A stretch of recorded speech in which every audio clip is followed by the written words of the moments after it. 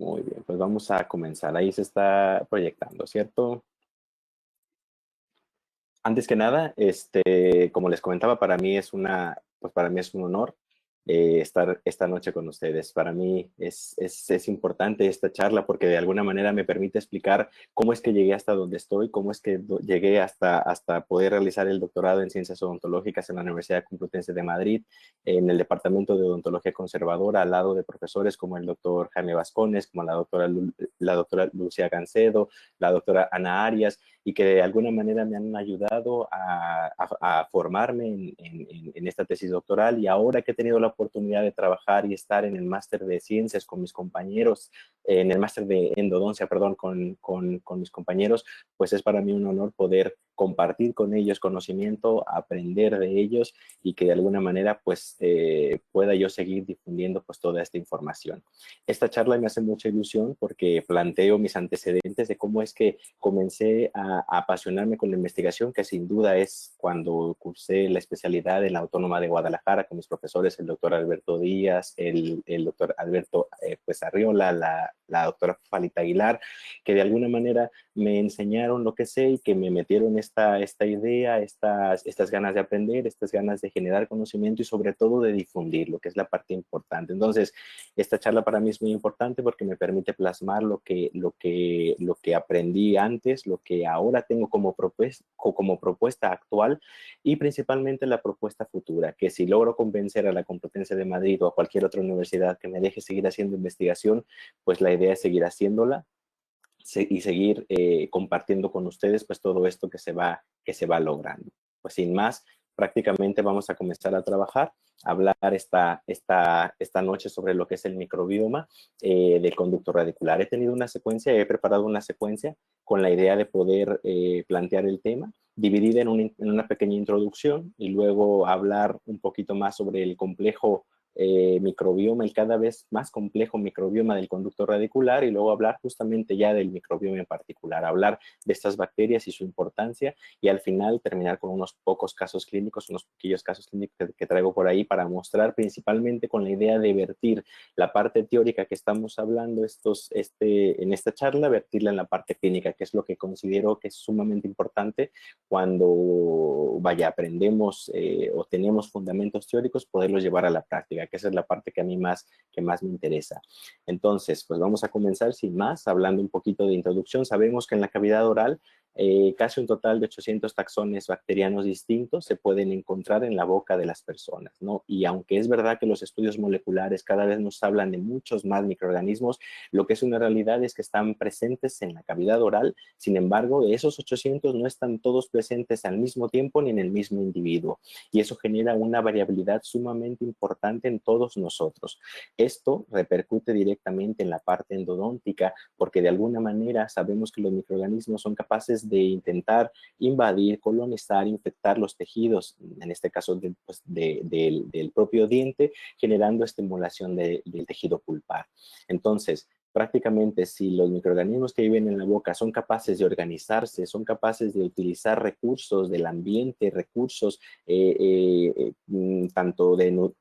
eh, tanto como nutricionales como de tiempo, pueden tener la capacidad de destruir los tejidos del diente como el esmalte, la dentina, y generar una respuesta antiinflamatoria o inflamatoria en el tejido pulpar. Prácticamente sabemos que cuando las bacterias son capaces de invadir estos espacios, cuando las bacterias son capaces de provocar esa activación antigénica en los tejidos pulpares, se desencadenará una respuesta inflamatoria. Algo importante que tenemos que entender es que los microorganismos prácticamente contienen o son capaces de formular productos bacterianos que son los productos metabólicos que son detectados por la pulpa dental. Prácticamente se habla y se establece que la pulpa dental es capaz de reconocer estos compuestos o estos contaminantes o compuestos antigénicos inclusive mucho antes de que tengan cercanía con el tejido pulpar. Cuando estos microorganismos de la cavidad oral se organizan y empiezan a invadir, a colonizar, al momento que entran en contacto posiblemente con la dentina, que tiene estos túbulos dentinarios que son capaces de tener difusión de estos compuestos metabólicos, las células presentadoras de antígeno de la pulpa, como en el caso de los odontoblastos, que es la primera célula que se encuentra debajo de esa matriz dura que es la dentina, son capaces de reconocer estos productos bacterianos. Y entonces comenzará el fenómeno inflamatorio, la respuesta pulpar de la pulpa ante estos microorganismos. Y es una respuesta sumamente compleja, es una serie de interacciones celulares derivadas de productos que generan las propias células, sustancias quimiotácticas, sustancias que generan unos cambios estructurales y fisiológicos en la pulpa, los que van a ser los responsables de la respuesta que tenga este tejido ante esa invasión, ante esos conjuntos de microorganismos. Entonces, básicamente la pulpa es capaz de reconocer a esos microorganismos, es capaz de detectarlos a través de receptores moleculares para patógenos que prácticamente lo tienen las células que componen el tejido pulpar, tanto los odontoblastos como los fibroblastos. Y es entonces cuando la pulpa comienza a tener esa respuesta importante ante este microbioma o este conjunto de bacterias, que más adelante hablaremos por qué se le llama ahora microbioma, ¿no? Con la idea de poder entender esas connotaciones importantes. Lo que sabemos es que la pulpa responde a estímulos bacterianos mediante la formación de dentina terciaria y que básicamente los odontoblastos son los responsables de que esto suceda, y existen cambios organizacionales, estructurales de los odontoblastos. Rikuchi, que es el que nos ha enseñado más de histología, nos ha dicho que prácticamente cuando los tejidos pulpares o el tejido pulpar, estas células son capaces de reconocer a estos microorganismos, se generan respuestas vasculares sumamente importantes que van a mediar los fenómenos inflamatorios. Y es que cuando los vasos sanguíneos son capaces de llevar el aporte tanto de células como los polimorfonucleares, como las células de defensa al tejido pulpar, comienza una respuesta hiperémica como consecuencia de esta interacción de este conjunto bacteriano ante las células que lo lograron reconocer, como en este caso lo que son los odontoblastos o los fibroblastos que se encuentran en la pulpa. También nos han enseñado que cuando estos vasos sanguíneos se congestionan por debajo de la capa de los odontoblastos, prácticamente se considera que está presente una irritación constante en ese tejido pulpar derivado probablemente de un frente bacteriano que comienza a tener o a entrar en terreno y genera la estimulación de las células inflamatorias. Cuando estos vasos sanguíneos concentran los polimorfonucleares, entonces aparecen zonas de inflamación aguda seguidas de inflamación crónica, y probablemente un poco más alejados tenemos pulpa viva, que es la característica principal de cómo responden los tejidos de la pulpa. Estas imágenes de Rikuchi nos hablan que en los vasos sanguíneos podemos encontrar ese acúmulo de polimorfonucleares y de eritrocitos, que es la característica histológica principal que nos habla que la pulpa es capaz de responder ante los estímulos, aunque las bacterias y el frente bacteriano se encuentren quizá muy alejado de esa superficie, ¿no? Sabemos que si se continúan estimulando estas bacterias o siguen generando esos productos metabólicos, existirán áreas inflamatorias intensas frente a este grupo bacteriano o frente a este frente bacteriano que de alguna manera en tiempo futuro alcanzará la parte más interna de esa dentina de irritación o esa respuesta de la pulpa, provocando entonces que sean capaces de entrar hacia los tejidos pulpares y pues entonces tener un contacto directo con lo que es pues el tejido pulpar. Y entonces comenzará un proceso de degradación, de destrucción de ese tejido conectivo, que es lo que le llamamos necrosis, ¿no? Que es la necrosis de liquefacción, lo que genera esa destrucción del tejido pulpar. Si las células bacterianas entonces tienen un mecanismo de invasión altamente eficiente, me refiero en cuanto a cantidad de ellas, en cuanto a la utilización de las enzimas que son capaces de destruir los componentes de la matriz extracelular de la pulpa dental, como enzimas, colagenasas, gelatinasas y las hialuronidasas, o los metabolitos activos como los ácidos grasos de cadena corta, o inclusive las toxinas como las leucotoxinas o o el lipopolisacárido, por ejemplo, son elementos que utilizan las bacterias para destruir justamente ese tejido pulpar y entonces comenzar la degradación y la generación de la necrosis. Este corte histológico nos ilustra cómo cuando las bacterias entran en contacto con la pulpa, comienzan una forma de vida particular que la conocemos todos, que es el biofilm, son esos agregados importantes, y cómo la producción de estos productos metabólicos comenzará a afectar gran parte de ese tejido que rodea o ese tejido que compone lo que es la pulpa, generando situaciones de necrosis o necrosis de licuefacción, que es lo que hablan los artículos. Sabemos que hay bacterias que tienen la capacidad de ser móviles o de poderse mover y que además de aprovechar esos compuestos o estos componentes de productos bacterianos como los lipopolisacáridos o esos patrones moleculares asociados a patógenos que generan destrucción en los tejidos, pues algunas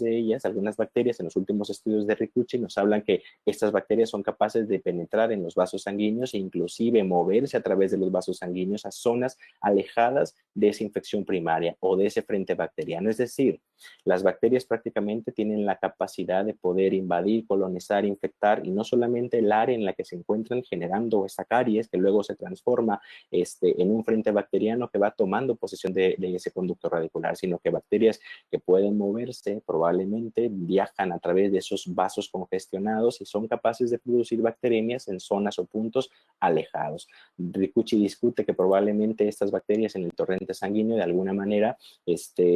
son contrarrestadas porque se encuentran de forma libre, migran en el vaso sanguíneo, se encuentran eritrocitos alrededor porque las bacterias necesitan hierro para poder sobrevivir, generan una respuesta pues, antigénica, y aunque no se ha estudiado en particular este tipo de bacteremias derivadas de la inflamación pulpar o de la contaminación de las bacterias en la pulpa, pues probablemente podemos entender que la respuesta suele ser similar a otras múltiples bacterias que ocurren en el organismo. Hasta este punto, básicamente como introducción, hemos hablado que es verdad que tenemos bacterias que son capaces de llegar hasta la pulpa, que viven en la cavidad oral y que son alrededor de 800 taxones, y que muy probablemente el estudio microbiológico de saber quiénes son los patógenos involucrados en las enfermedades pulpares y periapicales ha revelado que básicamente son un grupo de bacterias particulares que conviene de alguna manera hoy seguirnos actualizando y poder entender estos resultados en el descubrimiento de quiénes son. Si tuviéramos que analizar el microbioma, tendremos que empezar prácticamente por la caries, porque básicamente las bacterias involucradas en la caries son aquellas que van a empezar a dar origen a los distintos microbiomas que podemos encontrar en el conducto radicular. Las bacterias anaerobias asacarolíticas principalmente involucradas en las caries profundas, aquellas que se encargan de provocar la destrucción de los tejidos y penetrar en los tejidos duros del diente hasta llegar a la pulpa, probablemente son los taxones más representativos son aquellos como el Fusobacterium nucleatum, Streptococcus mutans, Streptococcus especies, Legionella especies, inclusive otra bacteria que en los conteos moleculares ha aparecido constantemente, que se llama el Atopobium, que básicamente son el grupo de microorganismos que podemos más o menos identificar que se encuentran en caries profundas, en caries en contacto probablemente con la dentina terciaria, con la dentina de irritación, y que muy probablemente están involucrados en las primeras fases del establecimiento del microbioma endodóntico. Ojo, a partir de ahora vamos a empezar a ver que los microorganismos en la presentación van a estar subrayados de color azul y otros subrayados de color rojo. Esto es sumamente importante porque me interesa muchísimo que independientemente que nos aprendamos los microorganismos y cuáles sean, nos podamos aprender y nos podamos situar en qué tipo de microorganismos son los que estamos hablando para poder quizá luego entender las estrategias para poder eliminarlos, que es el punto más importante. Entonces, cuando vean los microorganismos marcados en azul, estamos hablando de bacterias aerobias o las anaerobias facultativas gram positivas, y aquellos en rojo son los anaerobios, que básicamente son anaerobios estrictos, son altamente antigénicos y que muy probablemente están relacionados a zonas de anaerobiosis total y que básicamente están involucrados en el desarrollo de estos fenómenos inflamatorios sumamente intensos. Siqueira, que ha sido uno de los pioneros en la búsqueda de estos microorganismos, nos habla que cuando el diente se encuentra en pulpitis irreversible y tuviéramos que identificar estos microorganismos que se encuentran generando esta respuesta pulpar y esta condición clínica denominada pulpitis irreversible, encontraríamos microorganismos similares a los que tenemos en las caries profundas, es decir, el Atopobium genoma species, el Pseudoramibacter, Streptococcus mutans, Streptococcus species, los Fusobacterium nucleatus, Bellonella, que básicamente son microorganismos similares a los que tenemos en las caries profundas. Y lo que él detecta es que cuando esta pulpitis se vuelve sintomática, muy probablemente con el dolor punzante, un grupo de microorganismos está asociados a otros, como los estreptococos y alister, están asociados a estos cuadros de respuestas agudas, sensitivas, y cuando se analizan aquellos dientes con pulpitis irreversible que tienen molestia a la percusión, muy probablemente los Streptococcus mutans son los responsables o están involucrados en este desarrollo de esta característica clínica. Es decir, hasta este punto, probablemente para estudiar el microbioma que genera la enfermedad perirradicular, las lesiones periapicales o inclusive la necrosis del tejido pulpar, pues es importante partir de que tenemos que conocer el microbioma que genera las caries para poder empezar a entender lo que ocurre dentro del conducto radicular.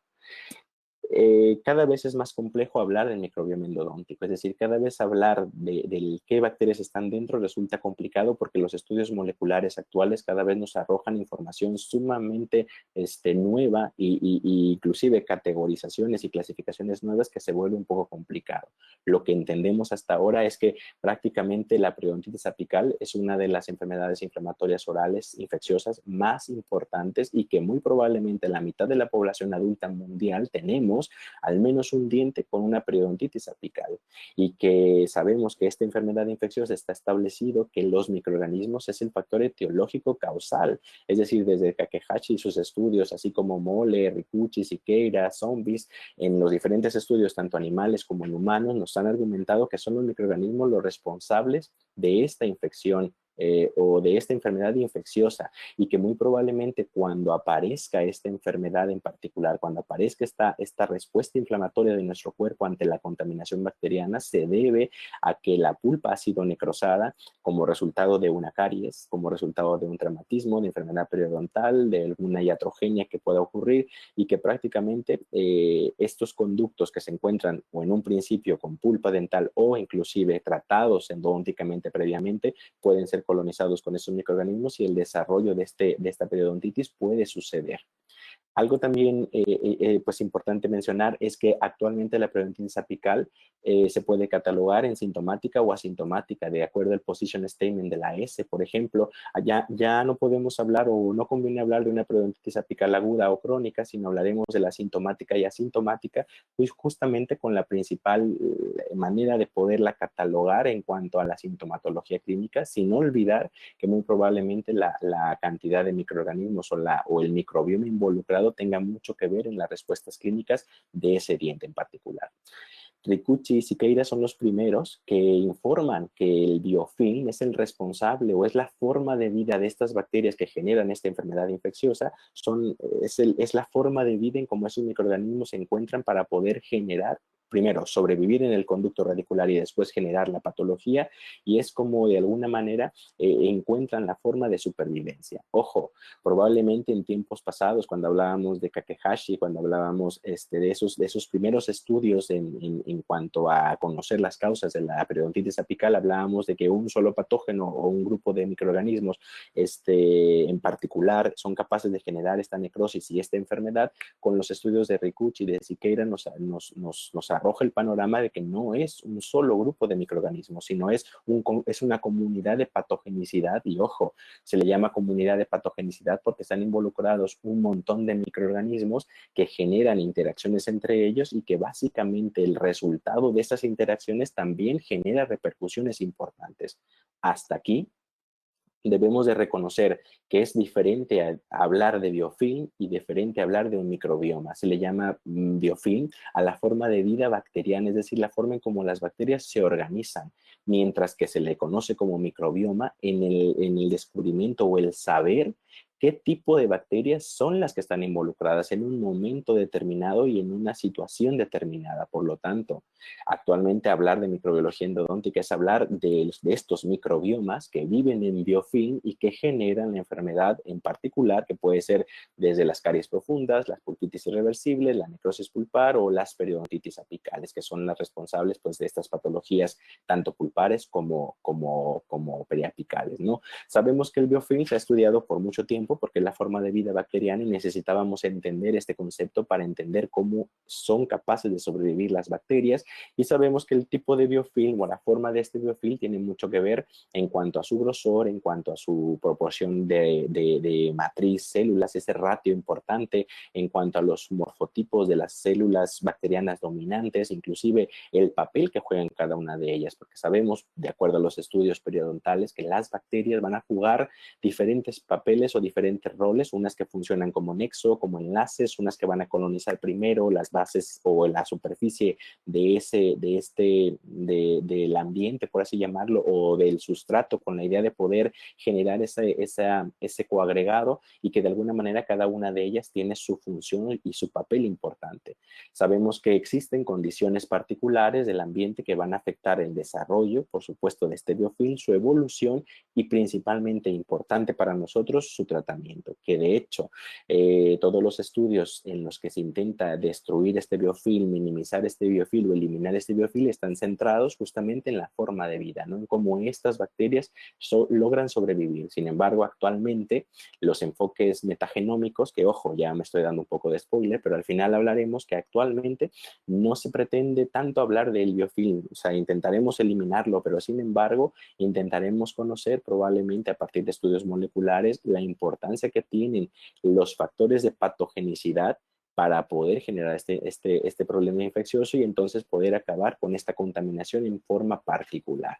Hasta este entonces, espero que no se me hayan perdido. Un microbioma es hablar de un conjunto de bacterias de forma heterogénea, es decir, son muchas de ellas. Y ojo, cuando hablemos de un microbioma del conducto radicular, hablaremos que son bacterias que vienen de la caries, que se organizaron para empezar a destruir los tejidos del diente, que conforme fueron avanzando comenzaron a cambiar la organización y que cuando llegaron a la pulpa, ya su organización era totalmente distinta a la que comenzó en un principio en el esmalte. Entonces, cuando hablemos de un microbioma del conducto radicular, es el cambio que ha surgido por las circunstancias ambientales hasta la toma del conducto radicular. Entonces, hablar de un microbioma es hablar que hay un montón de bacterias de etiología heterogénea, de diferentes combinaciones bacterianas y que principalmente hay diferencias interindividuales. Así como en un principio hablábamos que se han detectado 800 taxones en la boca de las personas, pero que no todos los 800 están al mismo tiempo ni en todos los individuos, ocurre exactamente igual en el conducto radicular. Tenemos un conjunto de bacterias que muy probablemente son diferentes entre sí, entre nosotros, e inclusive diferentes entre regiones. Y esto se debe a gran parte al impacto que tiene el ambiente, al impacto que tienen estas situaciones que generan resistencias bacterianas, interacciones bacterianas, que lo hace totalmente distinto.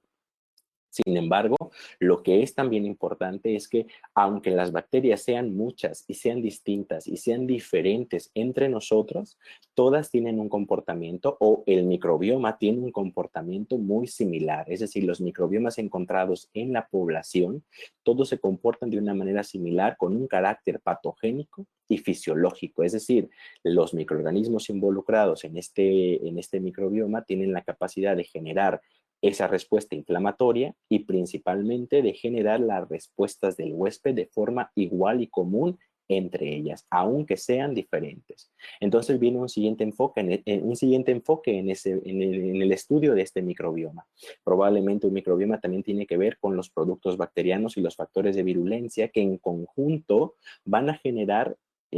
una respuesta en particular. Ojo, cuando hablamos de productos bacterianos y factores de virulencia, estamos hablando de esos mismos elementos que las bacterias usan para colonizar, para invadir, para inclusive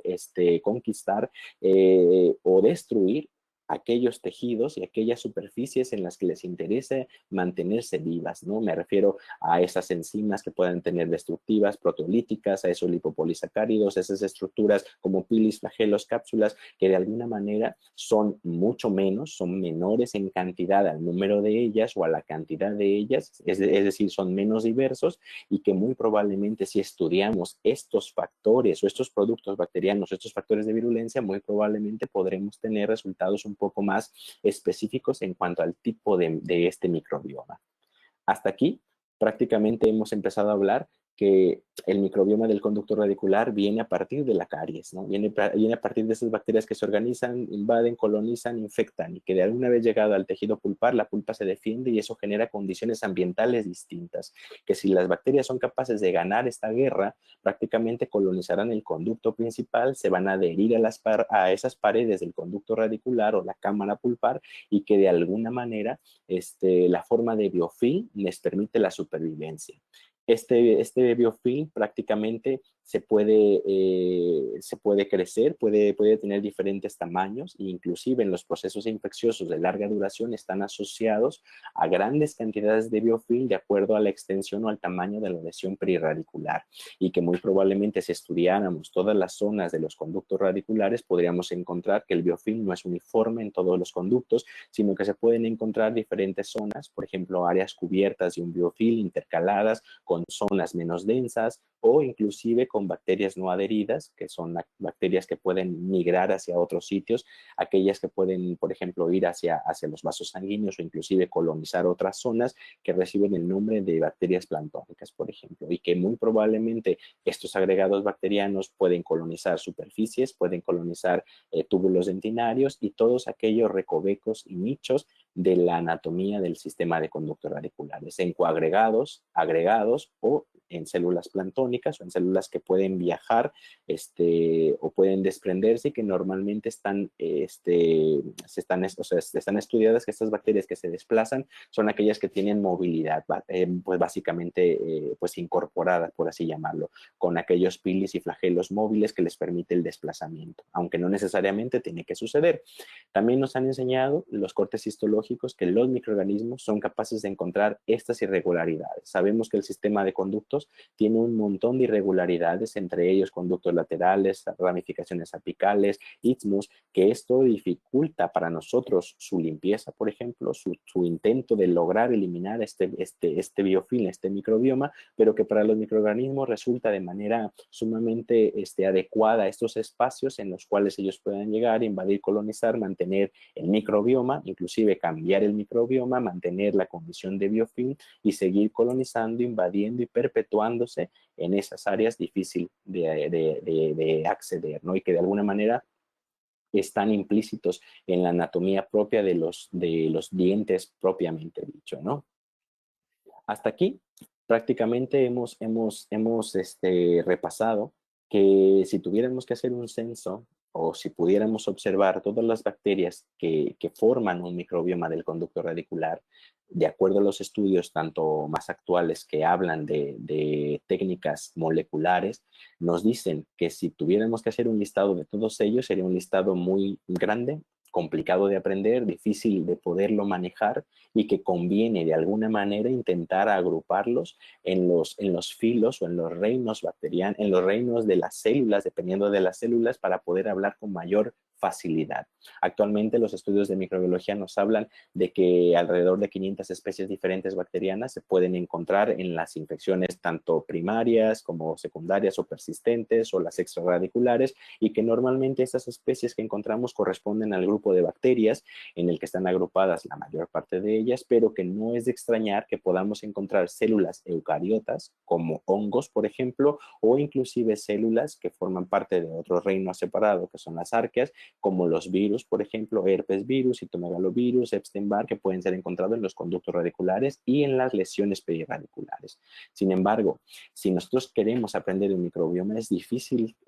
conocer con exactitud cuáles son ellas, porque como les digo, la variabilidad individual es sumamente importante. Actualmente se han enfocado en establecer filos con la idea de poder agruparlas, la agrupación en los filos bacterianos y el aprendizaje de los filos bacterianos, considero y consideran muchos más que son una de las, o es una de las estrategias más importantes para lo que viene después, que serían nuestros tratamientos, nuestras opciones terapéuticas, con la idea de poderle pegar a este microbioma, poderlo disminuir y de alguna manera poder resultar de forma exitosa en tratamiento de conductos. Ojo, me gusta mucho esta imagen porque dentro de estos filos bacterianos, que son alrededor de unos cuantos, aparecen marcados en esta imagen en rojo y en azul. Aquellos grupos bacterianos que son bacterias anaerobias, las bacterias gram positivas, las bacterias gram negativas, azules gram positivas, las rojas gram negativas, que como les dije desde un principio, las identificaremos en mi charla, inclusive conviene aprenderlas de esta manera porque ellas tienen una característica en particular que las hace diferentes. Las azules o las gram positivas tienen una pared celular sumamente gruesa y el ácido lipoteicoico, por ejemplo, como elemento de patogenicidad, incluidas cápsulas, pilis, flagelos, independientemente de las diferentes especies y tipos, mientras que las gram negativas son aquellas bacterias que tienen básicamente dos paredes celulares y que tienen características de tener factores de virulencia mucho más altos y son mucho más antigénicos, como el lipopolisacárido bacteriano. Entonces, partiendo de esa gran diferencia y esa gran división, es como actualmente podemos estudiar y aprender el microbioma del conducto radicular. Ahora sí, entrando para saber quiénes son y qué vamos a hacer con ellos, porque es importante saber, una vez que lo aprendamos, cómo podemos manejarlo. Siqueira, desde el 2009, argumenta que la mayor cantidad de especies involucradas en infecciones endodónticas se observa para 5 filos particulares, es decir, todas las bacterias que podemos encontrar en un estudio molecular corresponderá a 5 grandes filos, a 5 grandes grupos, de estos que les mostré hace unos segundos, como son los firmicutes, que son bacterias gram positivas, representadas principalmente por estreptococos, estafilococos, los bacteroidetes, que son representados por bacterias gram negativas, como Prevotella, Porphyromonas, Fusobacteria, Tannerella, actinobacterias, que son bacterias gram positivas, que viven en condiciones inhóspitas, sumamente resistentes, como los actinomyces, Protobacteria y Fusobacterias como el Fusobacterium nucleatum, que son bacterias puentes gram negativas que tienen un papel sumamente importante en el desarrollo de estos biofilms. Entonces, de manera general, Siqueira nos dice, si tú pretendes estudiar el microbioma del conducto radicular, necesitas entender estos primeros 5 filos, estos primeros 5 grupos bacterianos, porque a partir de su interacción entre ellos, y ojo, a partir de su calidad y su cantidad, podemos entender que existen distintos microbiomas dependiendo en la etapa en la que se encuentra el proceso clínico o la manifestación clínica del tejido pulpar y de los tejidos perirradiculares. Las estructuras de estos microbiomas van a diferir significativamente en cuanto a la presentación clínica. Y es que si nosotros estudiamos los microbiomas como lo hemos venido estudiando en por ejemplo, una pulpitis reversible cuando sea la caries profunda, ya hemos aprendido que hay bacterias que dominan las caries de forma profunda, que son bacterias asacarolíticas, que son bacterias que se encargan de destruir los tejidos duros del diente hasta llegar en una proximidad con ese tejido pulpar que le desencadena una respuesta inflamatoria reversible. Si las bacterias siguen entrando en este diente y generando la destrucción y el acercamiento con el tejido pulpar, sabemos que el tejido pulpar responderá de una manera un poco más agresiva, generando y echando a andar todo el fenómeno inflamatorio, y muy probablemente el microbioma se parezca en las pulpitis irreversibles a aquellas que tienen aquel microbioma que está formado en las caries profundas. Pero cuando las bacterias son capaces de desorganizar el tejido conectivo de la pulpa e invadir, colonizar, mantenerse en biofilm, probablemente ese microbioma sea totalmente distinto, ¿no? Tenga condiciones particulares. Y ojo, en este ejemplo, en estos dibujos, me gusta mucho representar estas bacterias o estos 5 filos, Firmicutes, Bacteroidetes, Fusobacterian, en los colores que corresponden más o menos en cuanto a proporción y cantidad de las bacterias. Ojo, si esa pulpa necrótica tiene o desarrolla periodontitis apical, probablemente se deba a que tiene una gran cantidad de esos microorganismos dentro. Hay una estimulación antigénica principalmente por las anaerobias facultativas y las anaerobias estrictas, y genera la respuesta periapical o esa lesión, la lesión perirradicular. Y cuando esa lesión se vuelve sintomática, la primera es asintomática, y luego cuando se vuelve sintomática es porque las bacterias de alguna manera han logrado abandonar zonas dentro del conducto radicular y se han aventurado a salir a través de las distintas áreas de comunicación y generar una respuesta en los tejidos periradiculares, estimulando o provocando esa manifestación clínica como la periodontitis apical sintomática o inclusive la aparición de los abscesos periapicales. Si a este diente con necrosis, por ejemplo, o un diente con pulpitis irreversible se le hace tratamiento de conductos, también el tratamiento de conductos tiene la capacidad de generar un tipo de microbioma distinto. Probablemente hablaremos más adelante que este microbioma de los tratamientos de conductos sean bacterias distintas organizadas en cuanto a la cantidad y calidad de ellas y que de igual manera, si las bacterias logran, logran aumentar de cantidad y de calidad a través de filtración, por ejemplo, o a través de condiciones que generen un aumento de ellas, pues generarán esa respuesta o esa periodontitis apical asintomática y que si en algún momento se vuelve sintomática será porque las bacterias se han atrevido a salir a través de esas áreas de comunicación en los tejidos periradiculares y generar una respuesta exagerada en el huésped y que muy probablemente al igual puedan ocurrir los abscesos periapicales o inclusive aquellos abscesos periapicales crónicos con la fístula, por ejemplo, que es una característica importante cuando la inflamación se vuelve, cuando el proceso infeccioso se vuelve crónico. Algo que no podemos olvidar entonces es que los microbiomas se comportan distinto dependiendo a la cantidad, a la calidad y a la interacción de estos grandes 5 grupos o estos grandes filos, 5 filos, en los cuales están involucradas todas las bacterias que se han podido detectar tanto de forma de cultivo como de los métodos moleculares en el estudio de estos microbiomas. Y básicamente hablaremos de manera concreta de estos microbiomas con la idea de poderles obtener lograr conseguir esa información específica para poderlos tratar, que es el objetivo central importante, ¿no? Siqueira también nos ha dicho que básicamente las pulpas necróticas tienen bacterias del complejo rojo periodontal y las bacterias de pigmento negro periodontal son las responsables e involucradas en las pulpas necróticas, ¿no? En los dientes de infección primaria, prácticamente las del complejo rojo como Porphyromonas gingivalis, lo que es, lo que es Prebotella, lo que son porfiromonas, prácticamente corresponden a este grupo de bacterias periodontales que sabemos que son altamente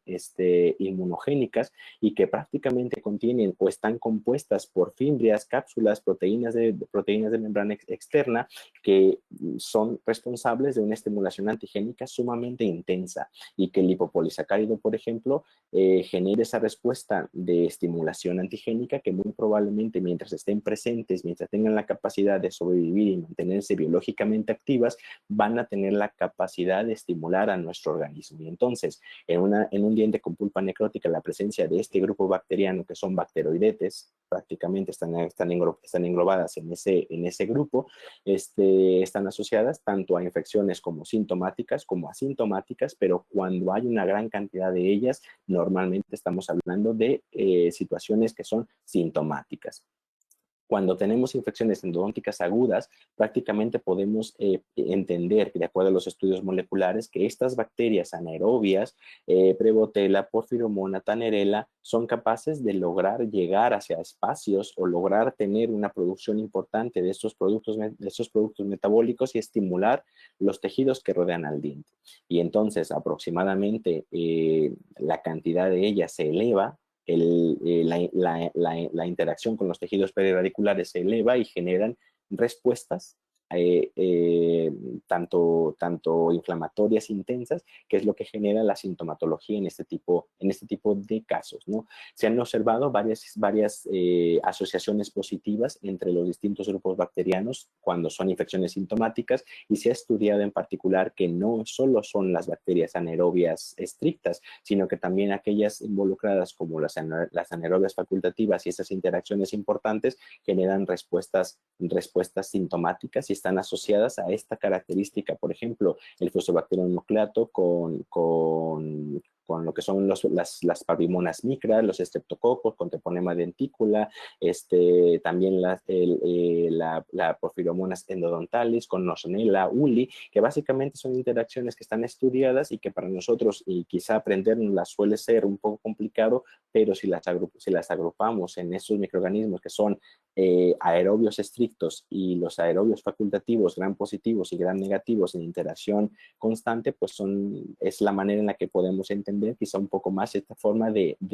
interacción entre ellos, ¿no? También sabemos que cuando se hacen los tratamientos de conductos, somos capaces de reducir la cantidad de microorganismos dentro del conducto radicular y que después de una actividad o una preparación químico-mecánica, estos microorganismos suelen descender en gran cantidad. De hecho, se habla que aproximadamente entre el 60% de los casos con bacterias gram negativas se disminuye después de la preparación quimomecánica y el 53% después de la medicación intraconductos. Nos habla de que nuestros tratamientos de alguna manera son capaces de reducir estas bacterias dentro del conducto radicular. Por lo tanto, si instrumentamos, si regamos, si medicamos, probablemente estaremos disminuyendo una gran cantidad de ellos. Sin embargo, hay bacterias gram negativas que pueden sobrevivir a estos procedimientos, como el Fusobacterium nucleatum, que es un microorganismo que está involucrado justamente a la supervivencia después de los trabajos endodónticos. Sin olvidar que los microorganismos anaerobios facultativos, como los gram positivos, también pueden quedar resistentes a estos procedimientos, que haremos más adelante. Básicamente, también Piñero nos dijo que en las técnicas microbiológicas avanzadas, los anaerobios, cuando el diente estaba obturado, básicamente son responsables de la colonización bacteriana, los Enterococcus, Streptococcus, los Peptostreptococcus y los Actinomyces, que estos son bacterias gram positivas que tienen una peculiaridad, que forman parte del grupo de los Firmicutes y de las actinobacterias y que normalmente son capaces de sobrevivir a condiciones inhóspitas, es decir, estos grupos bacterianos de bacterias gram positivas sobreviven a condiciones extremas muy fácilmente, como condiciones con falta de nutrientes, como condiciones de falta inclusive de espacio, y que muy probablemente pueden mantenerse latentes durante largos periodos de tiempo. También en los estudios moleculares, en los tratamientos de conductos que fallan, se han encontrado bacterias, se han encontrado cepas de cándida, por ejemplo, o algunos hongos, y que muy probablemente durante mucho tiempo atrás se persiguió a una bacteria como el Enterococcus fecalis, pensando que este haya sido el responsable o la bacteria que genera obviamente el fracaso endodóntico. Hoy sabemos, de acuerdo a todos los estudios que tenemos, que no es solo una bacteria la que genera la patología perirradicular, sino es un grupo de bacterias, sino es una unidad de patogenicidad, y muy probablemente el Enterococcus fecalis, después de buscarlo tanto tiempo y encontrarlo tanto tiempo, cuando se analizaron microbiomas en un tiempo y en un espacio específico, probablemente no era tan responsable de estos fracasos como lo podía ser la interacción de distintos tipos de microorganismos presentes. Sabemos entonces que Chávez de Paz argumentaba que después de que se reducen los microorganismos gram negativos por la instrumentación o por el trabajo biomecánico en el tratamiento de conductos, que ojo, en un diente con pulpa necrótica nuestro objetivo principal es bajar estas cantidades de microorganismos o este tipo de microorganismos con el uso de hipoclorito, con el uso de la instrumentación, con el uso de la irrigación. Prácticamente le preocupaba que las bacterias facultativas gram positivas pudieran sobrevivir a estos procedimientos, y que estas bacterias que son altamente resistentes, que son capaces de sobrevivir en estados de inanición, puedan estar ahí o puedan quedar residuales en el tratamiento de conductos y ser obturados después con los procedimientos de obturación convencional. Que muy probablemente el fracaso endodóntico está dado no por estas bacterias las anaerobias estrictas o aquellas que puedan generar la patología sintomática, sino aquellas otras gram positivas que de alguna manera son capaces de resistir condiciones inhóspitas y que se mantienen en largos periodos de tiempo sin actividad metabólica, y que cuando llega la filtración bacteriana, probablemente por la parte coronal, por algunas comunicaciones que puedan tener el diente por en otras zonas, en otras áreas, y lleguen bacterias de otro tipo, comienzan las interacciones, comienza a formarse un microbioma distinto, obviamente dominado por aquellas gram positivas, y que de alguna manera también puedan tener un comportamiento distinto cuando lleguen estas bacterias que son las más antigénicas, generando la respuesta inflamatoria, la presencia de la lesión perirradicular y la condición sintomática. Ojo, como les hablaba el enterococo, cuando se buscaba en los perfiles moleculares para buscar realmente quién ha sido o quién era el responsable del fracaso endodóntico, como pensábamos que era el enterococcus, en esos estudios moleculares no aparece como tal, no se detectan mínimas cantidades de ellas o pocas cantidades de ellas, pero lo que sí aparecen son las interacciones y los microbiomas como unidad de patogenicidad, que es el problema principal de nuestros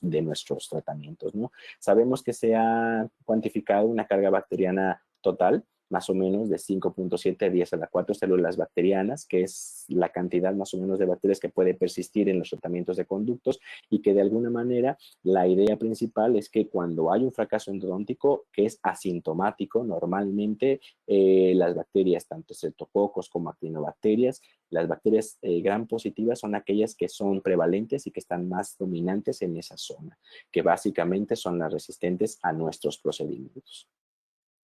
Se ha argumentado que básicamente también con el fracaso endodóntico suele ser mucho más complejo, o el microbioma del fracaso endodóntico suele ser mucho más complejo, y que de alguna manera cuando se encuentran filtraciones es una interacción en conjunta entre bacterias anaerobias facultativas y las anaerobias estrictas, que son las que llevan a las condiciones sintomáticas o las condiciones especiales entre cada una de ellas. Lo que nos ha hablado y nos ha informado estos estudios moleculares es que tanto infecciones primarias como persistentes o post-tratamiento, hablar de grupos en particulares o específicos suele ser un poco comprometido o suele ser un poco confuso, pero si hablamos de filos como firmicutes y bacteroidetes, son aquellos dos grupos principales los que generan nuestros problemas en cuanto a la generación de patología pulpar y perirradicular. Ojo, los bacteroidetes como Porphyromonas, Prevotella, Tannerella suelen ser mucho más inmunogénicas porque tienen esos factores de virulencia más acentuados, y que de alguna manera en infecciones sintomáticas primarias suelen ser mucho más cantidad de ellos y cualidad de ellos, mientras que en infecciones sintomáticas persistentes suelen ser menos pero en mucha más cantidad. Entonces esa es más o menos como la interacción entre ellas. Lo que nos dice la literatura es que tanto el microbioma del conducto de la periodontitis apical primaria es totalmente distinto a cuando hay un tratamiento previo, cuando ya se ha tratado la pulpa, y que esto depende más o menos de la interacción que tengan estos dos grupos bacterianos, tanto las facultativas gram positivas como las anaerobias, y que muy probablemente si yo soy capaz o si nosotros somos capaces de entender cómo se comportan estas dos bacterias, por ejemplo, las anaerobias estrictas son proteolíticas, son destructivas, tienen estas enzimas destructivas, el lipopolisacárido, mientras que las gram positivas son aquellas que pueden sobrevivir a condiciones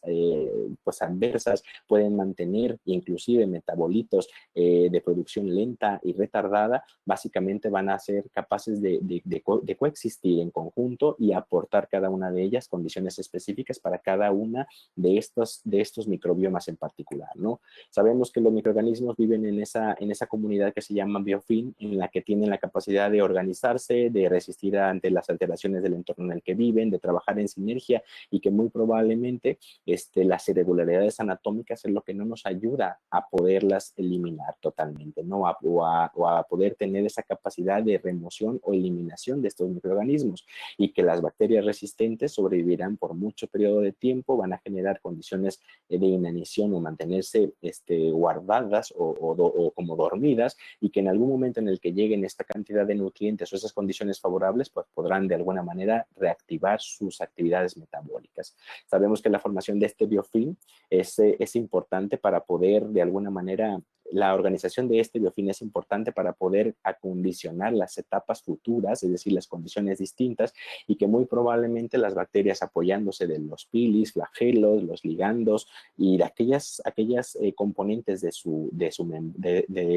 pared celular y de su superficie, pues van a tener la posibilidad de interaccionar o interactuar entre ellas y poder formar estas características, estas comunidades que sobreviven en biofilm y que básicamente componen un microbioma específico. Sabemos que estas interacciones son mixtas y son estructuralmente organizadas porque prácticamente cada grupo bacteriano tiene un rol en particular. Sabemos que de alguna manera en endodoncia se puede catalogar que hay 4 diferentes tipos de biofilm. Y aunque actualmente nosotros quizás somos expertos en los intraconductos o en el biofilm intraconductos, en el biofilm perirradicular, sabemos que de alguna manera tenemos el biofilm extrarradicular y el biofilm centrado en materiales, ya sea endodónticos o cualquier otro material, que de alguna manera eso va a condicionar los microbiomas tan diversos, tan distintos, con el tipo y la calidad de estas bacterias, que de alguna manera no nos queda más que poderlo entender como las unidades de patogenicidad, y que muy probablemente la expresión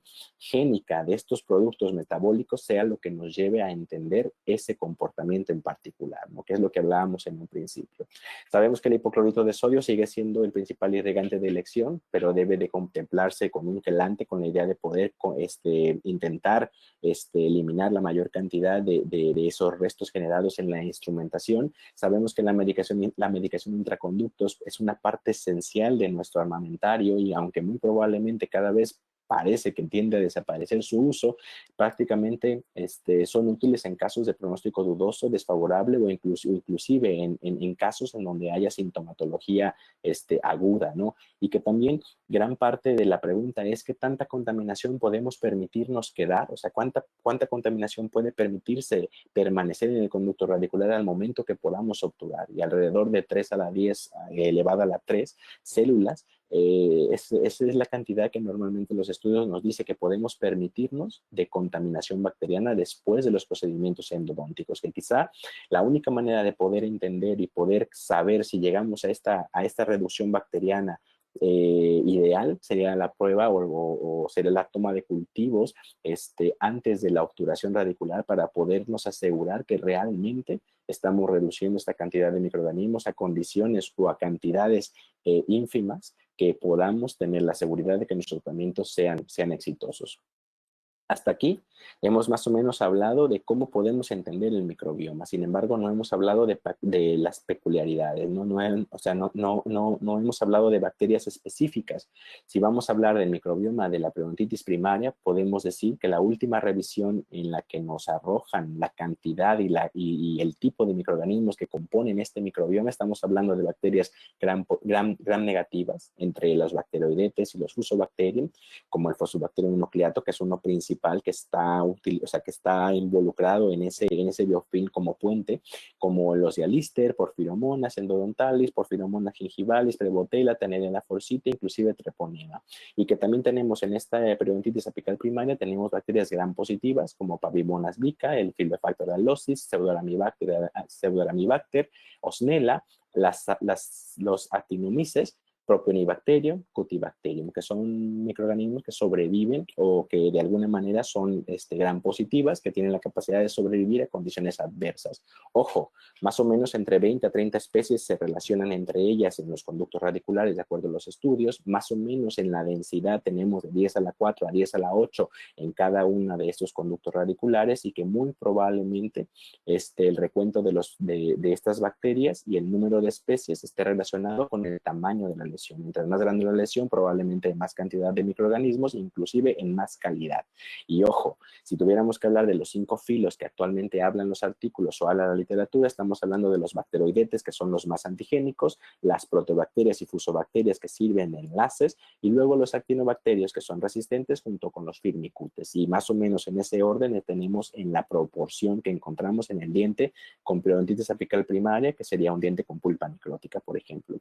En cuanto al microbioma de periodontitis apical post-tratamiento, estamos hablando que normalmente incluyen los streptococos, actinomyces, el Corynebacterium acnes, la Ariadna propionica, que actualmente se llama Propionibacterium propionicum, inclusive microorganismos que son básicamente gram positivos, que son resistentes, y que muy probablemente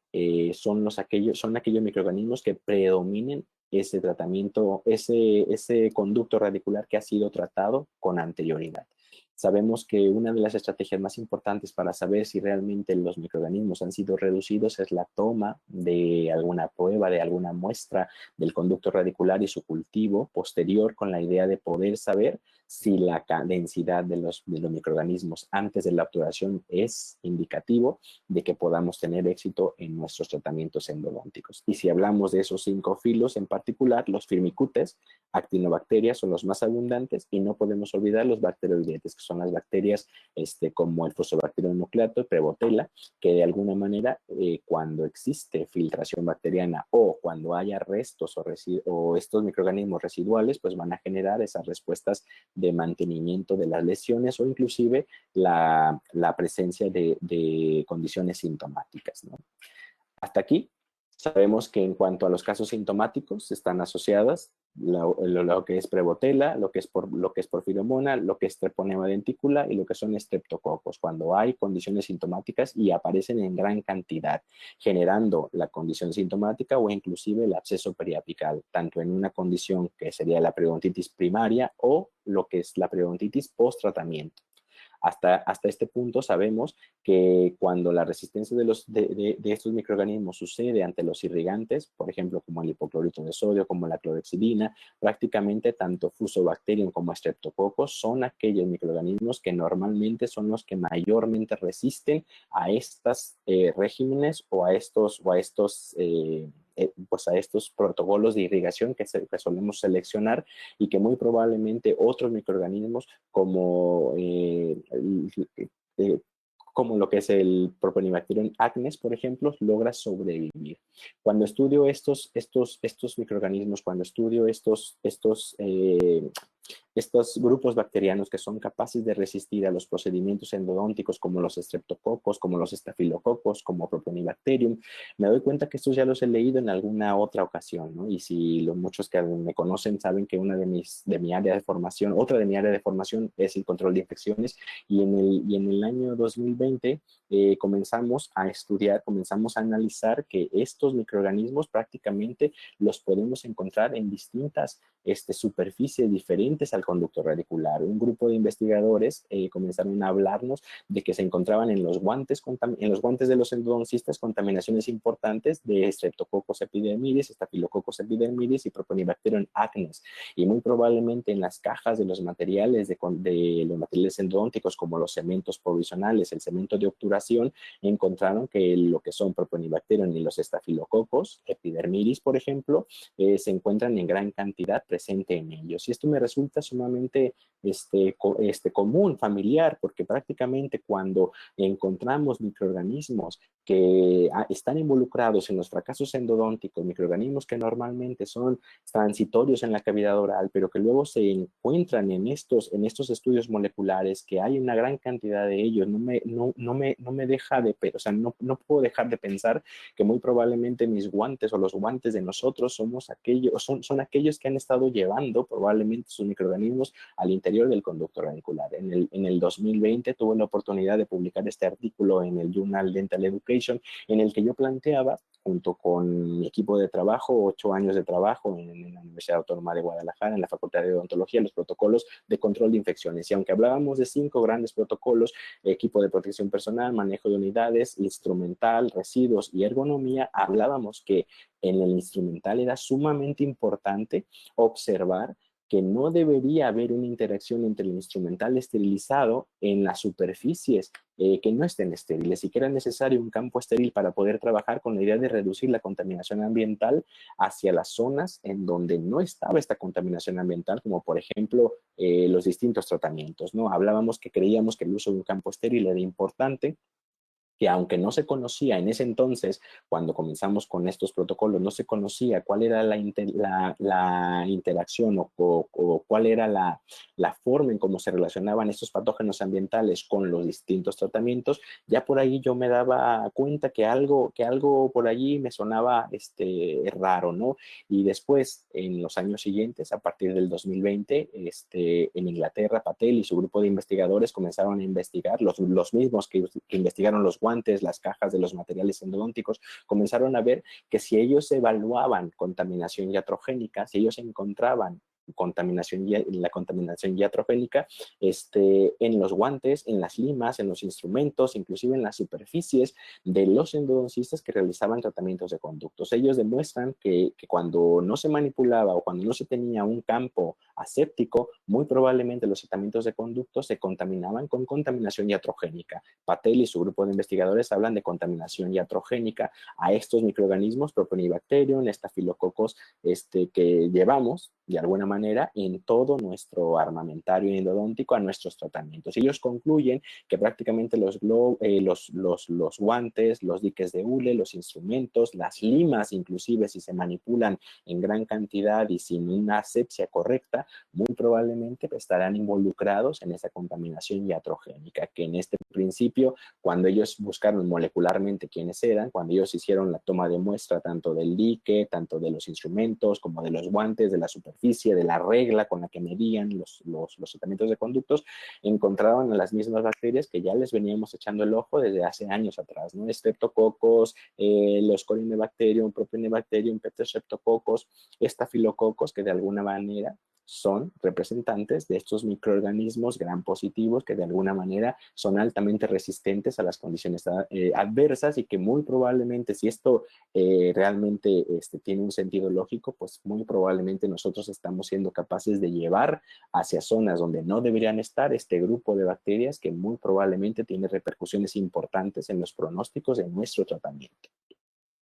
Después, al siguiente año, viene este artículo que es sumamente impactante. Es la primera vez a nivel mundial, Patel y su grupo de trabajo en Inglaterra, es la primera vez a nivel mundial que evalúan el impacto del control de infecciones en el pronóstico endodóntico. Es la primera vez que alguien se atreve a buscar el impacto que puede tener un protocolo estricto en asepsia. Me refiero a que haya instrumentos estériles, a que los instrumentos se cambien en cierto determinado tiempo, a que los guantes se cambien en cierto determinado tiempo, que se utilicen barreras plásticas, que de alguna manera las superficies se cuiden y que de alguna manera evitemos la mayor posibilidad de interacción de la superficie, la contaminación superficial con nuestro trabajo clínico. Son los primeros en los que establecen que el porcentaje de resultados favorables del pronóstico a un año en el grupo de control de infecciones, ellos hicieron dos grupos de tratamientos de conductos, siguiendo todos los dos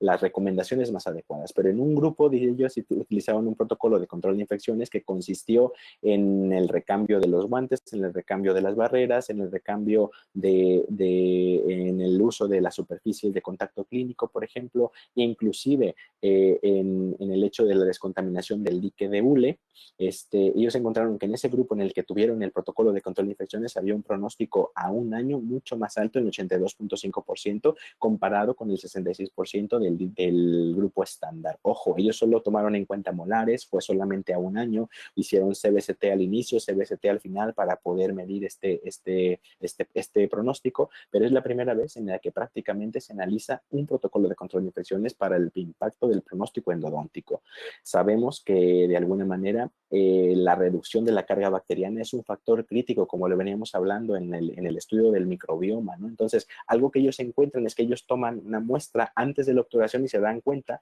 que las bacterias, si se reduce su cantidad hasta un aproximado de 3.5, 10 a la 3, por ejemplo, tendremos condiciones adecuadas de éxito clínico. Y como conclusión, ellos dicen que si nosotros colocamos o somos capaces de implementar un protocolo de control de infecciones, probablemente podamos disminuir la presencia de este tipo de microorganismos en los dientes al final del tratamiento de conductos. Y ojo, ellos lo hicieron en dientes con pulpa viva, en dientes con pulpitis irreversible, en donde básicamente la idea era que no hubiera contaminación en los conductos para justamente medir aquella contaminación iatrogénica, que es como le llaman ellos,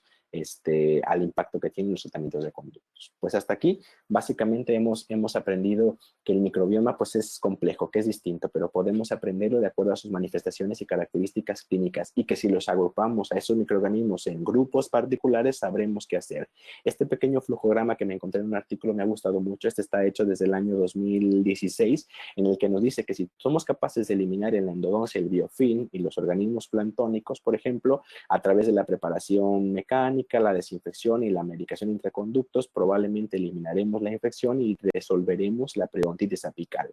Pero que si no lo podemos hacer, si a pesar de que nosotros nos esforzamos en limpiar, instrumentar, medicar, prácticamente seguimos teniendo periodontitis apical, se puede deber a la presencia de distintos tipos de microorganismos, anaerobios, microaerófilos, aerobios, una flora mixta o inclusive aquellos estudios en donde no hay cultivos positivos, ¿no? Y que más o menos dependiendo al grupo bacteriano, por ejemplo, en los anaerobios, como los Fusobacterium, Prevotella, Porfiromonas, te preguntarías, oye, ¿realmente estás tratando todos los conductos? ¿No tienes algún nicho que no hayas instrumentado? ¿No omitiste algún conducto en donde estos microorganismos en periodontitis apical primaria están presentes en cantidades mayores y que muy probablemente puede ser la causa del fracaso? Entonces, lo que te proponen es modificar o hacer más efectivo tu limpieza mecánica buscando esos nichos o esas irregularidades, conductos que se te pasaron, que se omitieron y que son los responsables de este fracaso. Si tenemos los microaerófilos como lactobacilos, actinomyces, te preguntan, oye, no estamos hablando de una infección extraradicular y que realmente a lo mejor pueda hacer una cirugía apical la que pueda resolverte el problema de contaminación. Cuando hablan de los aerobios, como los estreptococos, como los estafilococos, prácticamente nos dicen que si realmente no estamos teniendo resistencia a esos microorganismos que son altamente resistentes, inclusive te hablan de que si no hay caries residual, que si no hay alguna fractura por donde están llegando, que no te hayas percatado y que estén causando esta situación en particular. Inclusive, cuando tenemos una flora mixta de saliva, de contaminación de la piel, inclusive nos hablan de una mejora sepsis. Es decir, desde el 2016 ya veníamos pensando en que si nosotros somos capaces de entender los microorganismos, somos capaces de pasar toda esta parte teórica a la parte clínica, de alguna manera podríamos intentar estrategias de limpieza, de desinfección que se acerquen a esas condiciones más favorables para que el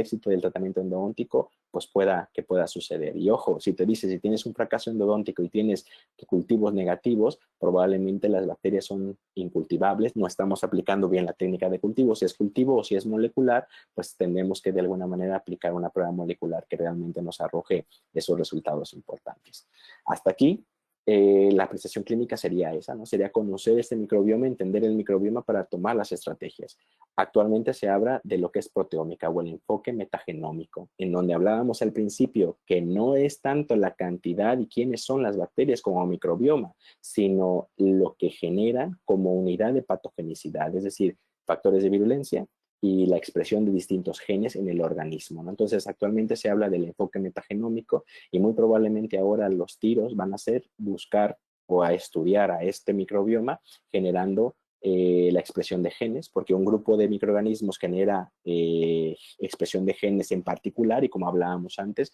estos factores de virulencia son mucho menores del grupo bacteriano, si son iguales en muchos grupos, lo que nos puede ayudar a orientar las distintas formas de tratamiento. Para poder terminar ya en los últimos minutos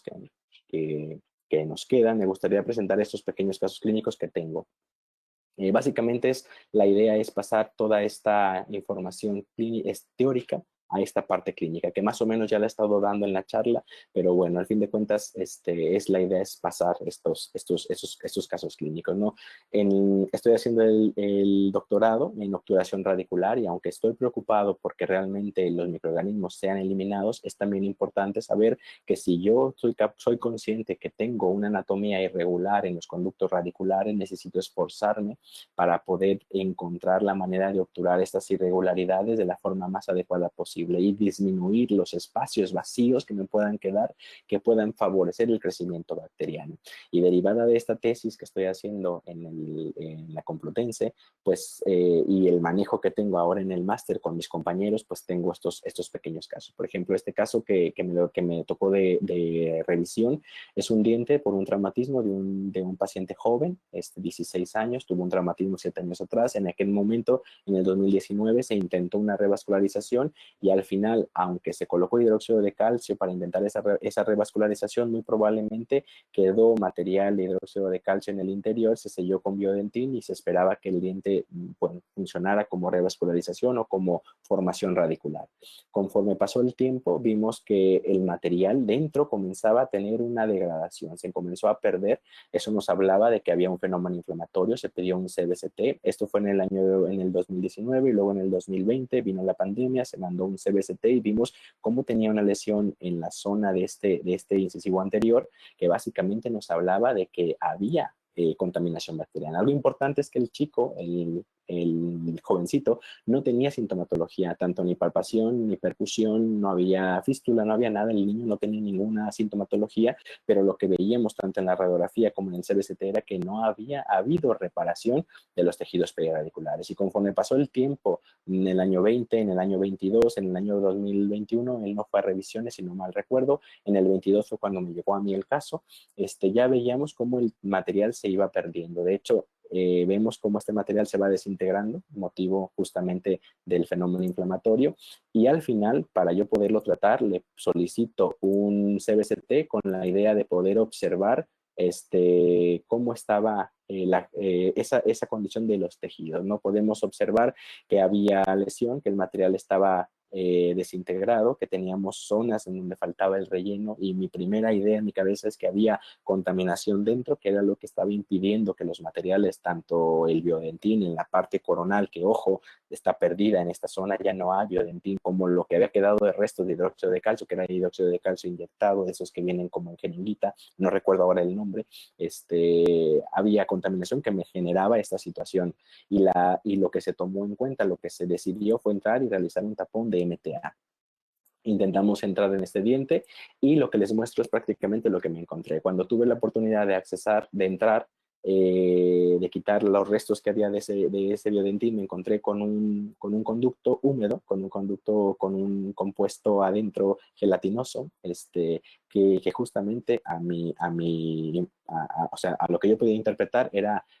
contaminación bacteriana. Tomamos muestras microbiológicas, pero como anécdota, el laboratorio de microbiología de la Complutense está tan familiarizado con los procesos periodontales que cuando yo les mandé las muestras de Indo no pudimos hacer mucho. Ellos buscaban las bacterias anaerobias periodontales hasta poderlas encontrar. Obviamente no las pudimos encontrar. Sin embargo, me reportaron que había unas bacterias me reportaron que había bacterias gram positivas, anaerobias facultativas, que para ellos no era gran importancia. Entonces, tuvimos ahí un pequeño problema con el cultivo microbiológico, como hubiera encantado poderlos mostrar, pero bueno, al final de cuentas, logramos retirar el material. Al fondo podemos ver cómo se veía ese ápice al momento de que yo logré después intentar secar y colocar ese tapón. Al final logramos